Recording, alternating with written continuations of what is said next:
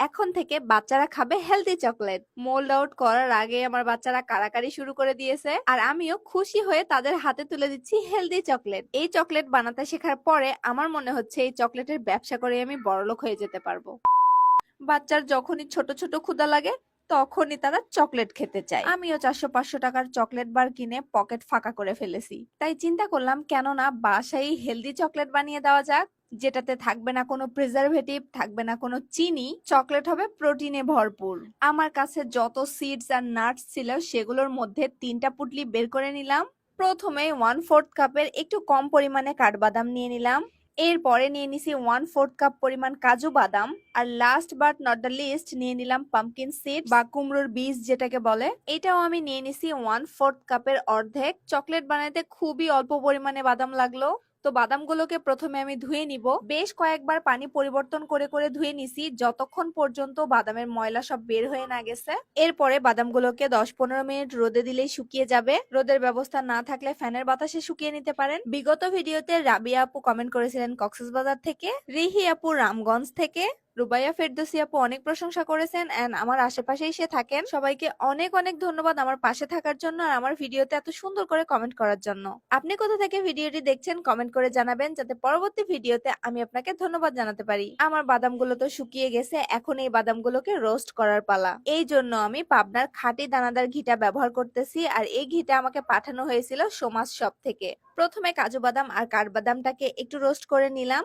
Pumpkin সিডসটা পরবর্তীতে ব্যবহার করতেছি। বাদামগুলো ভাজা হইতে একটু সময় লাগে, এজন্য এগুলো আগে দিয়েছি, আর পাম্পকিন সিডসটা খুবই দ্রুত ভাজা হয়ে যায় তাই পরে ব্যবহার করেছি।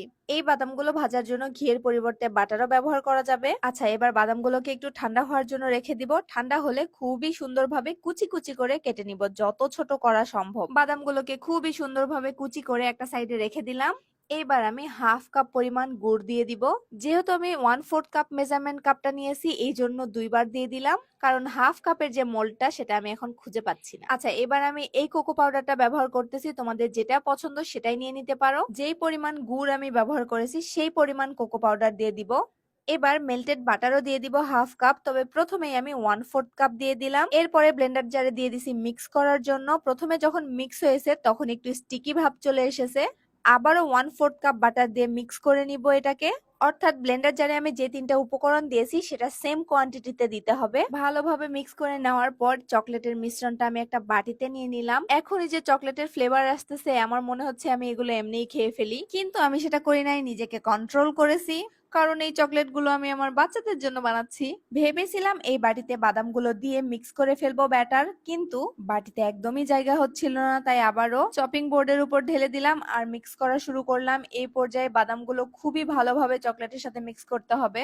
এই পর্যায়ে চাইলে গোল গোল করে হাতে চ্যাপটা করে চকলেটের শেপ দেওয়া যেতে পারে, তবে আমার কাছে খুবই কিউট একটা মোল্ড আছে আর এটাতে করে আজকে চকলেটটা সেট করব। এটা কিন্তু এখনই খাওয়ার উপযুক্ত হয় নাই। চকলেটের মোল্ডে সেট করার পরে এটাকে আমরা ফ্রিজে রেখে দিব।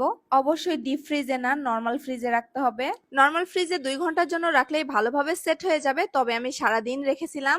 একদম বিকেল বেলা চলে আসলাম চকলেট মোল্ড আউট করতে। এইখানে বাটারটা একদম সুন্দরভাবে সেট হয়ে গেছে আর এত সুন্দর লাগতেছিল দেখতে। চকলেটের ভেতরে বাদামে ভর্তি ছিল, বাদাম যে ঘিয়ে ভাজা ছিল সেটারও একটা ফ্লেভার পাওয়া যাচ্ছিল। মোট কথা এই হেলদি চকলেট এত বেশি ভালো লেগেছে যে কেউ বলতেই পারবে না এটা বাসায় বানানো। রেসিপি কিন্তু একদম ফার্স্ট ক্লাস, তাই অবশ্যই ভিডিওটা শেয়ার করে রেখে দাও, যখন ইচ্ছা তখন বানিয়ে নিতে পারো। আর আমি চিন্তা করেছি এখন থেকে তোমাদের রিকোয়েস্টের রেসিপি দিব, তাই বাচ্চার জন্য কোনো রিকোয়েস্টেড রেসিপি থাকলে অবশ্যই কমেন্টে জানাবা। নেক্সট ভিডিওতে তোমার চাওয়া রেসিপি আপলোড হবে ইনশাআল্লাহ।